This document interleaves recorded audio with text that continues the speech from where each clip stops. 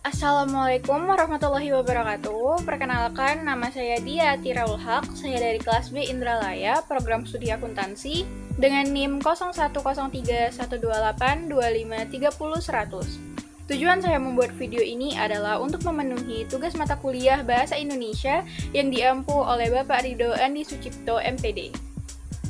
Nah, di video kali ini aku bakal bahas tentang topik yang deket banget nih sama keseharian kita, yaitu tentang penggunaan kata baku dalam bahasa Indonesia.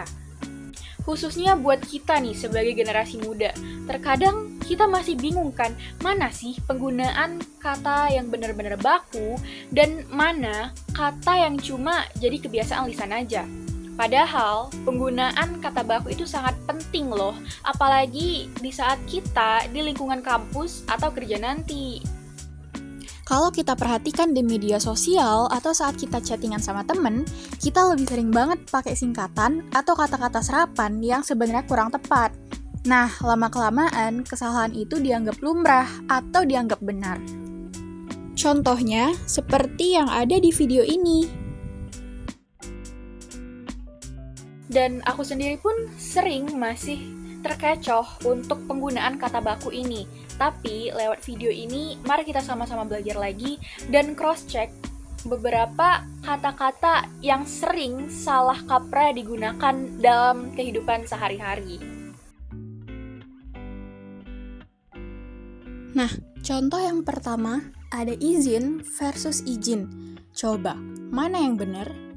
Yang benar itu adalah izin. Masih banyak yang nulis pakai huruf J. Padahal kalau kita cek di KBBI atau EYD 5, yang benar itu pakai huruf Z. Jadi izin. Nah, contoh yang selanjutnya adalah silakan versus silahkan. Coba ditebak mana yang benar? Nah, jadi yang benar itu adalah silakan. Nah, ini favorit banget nih. Banyak yang merasa kalau ditambah huruf H di tengah, jadi lebih sopan. Padahal menurut aturan, kata dasarnya itu adalah sila. Jadi yang benar adalah silakan, tanpa H ya.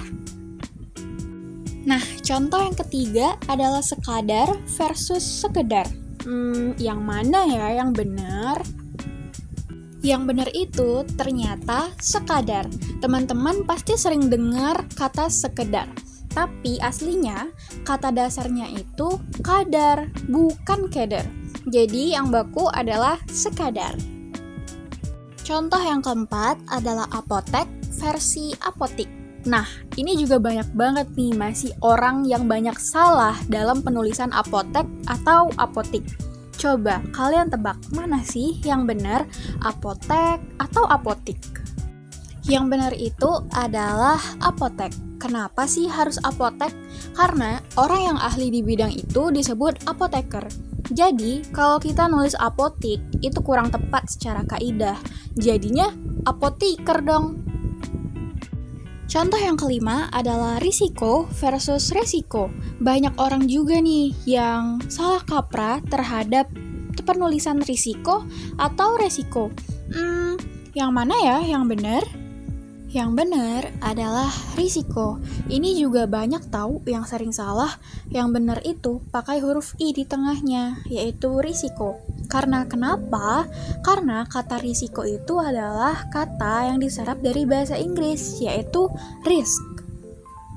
Nah, ini contoh terakhir nih, praktik versus praktek. Kira-kira mana ya yang benar? Coba ditebak. Nah, yang benar itu adalah praktik, bukan praktek. Teman-teman pasti sering lihat tulisan praktek di pinggir jalan kan? Tapi secara aturan, yang baku adalah praktik. Tips ingatnya tuh gampang banget. Kata serapannya dari bahasa Inggris, yaitu practice. Dan orang yang melakukannya disebut praktisi, bukan praktek isi. Jadi, jangan salah tulis lagi ya. Mungkin itu saja yang biasa saya sampaikan di video singkat kali ini. Semoga video ini bisa bermanfaat bagi semua orang dan Saya mohon maaf apabila ada salah kata atau perbuatan di video ini, dan terima kasih sudah menonton. Saya akhiri, wassalamualaikum warahmatullahi wabarakatuh.